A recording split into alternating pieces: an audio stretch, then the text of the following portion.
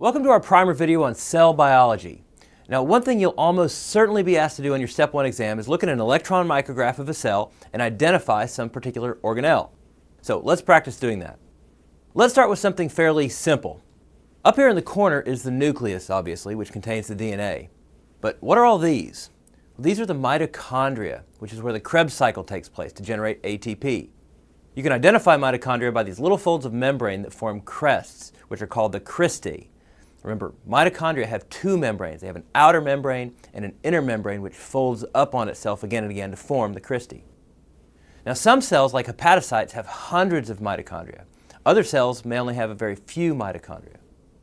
Now, here's another type of cell, and let's focus on these long parallel lines that seem to fill up the cytoplasm of the cell.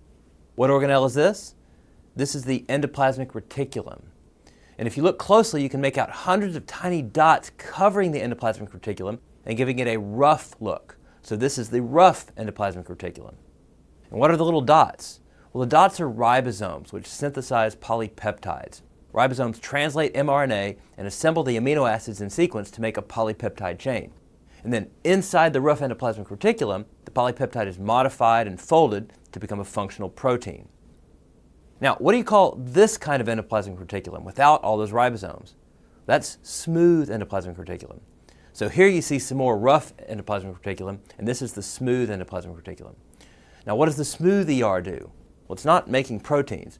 The smooth ER synthesizes steroids and lipids and phospholipids. It's also involved in metabolizing and detoxifying things. This is actually a hepatocyte, so it's manufacturing lipids and cholesterol, and it's metabolizing a lot of things. So this needs plenty of smooth endoplasmic reticulum. Let's go back to this cell for a moment and talk about one more organelle. You notice that this area looks a little different from the rough ER. So what's going on here? What organelle is this? This is the Golgi apparatus. Once the basic protein has been assembled in the ribosome and the rough ER, it has to undergo further modification before it's ready for export. So the Golgi apparatus is a little like a shipping center that helps to package proteins so they can be distributed outside the cell. Now, before we finish, can you guess what kind of cell this is?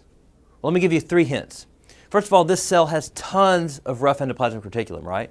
Well, rough ER manufactures proteins to be exported or secreted. The second hint is that if you look at the nucleus, you'll see the chromatin is forming clumps out in the periphery of the nucleus, which, if you can imagine zooming out a bunch, it might make this nucleus look like the face of a clock, with the clumps being the numbers around the clock face. And the third hint is that this prominent Golgi apparatus forms a slightly clear area adjacent to the nucleus, which is sometimes called the nuclear HOF. So what type of cell has a clocked face nucleus, a nuclear HOF, and abundant rough endoplasmic reticulum because it's secreting lots of proteins? Well, this is a plasma cell, which is a B lymphocyte that has fully differentiated to become a dedicated immunoglobulin factory. That's all it does, generate antibodies. That's it for now. I'll see you next time.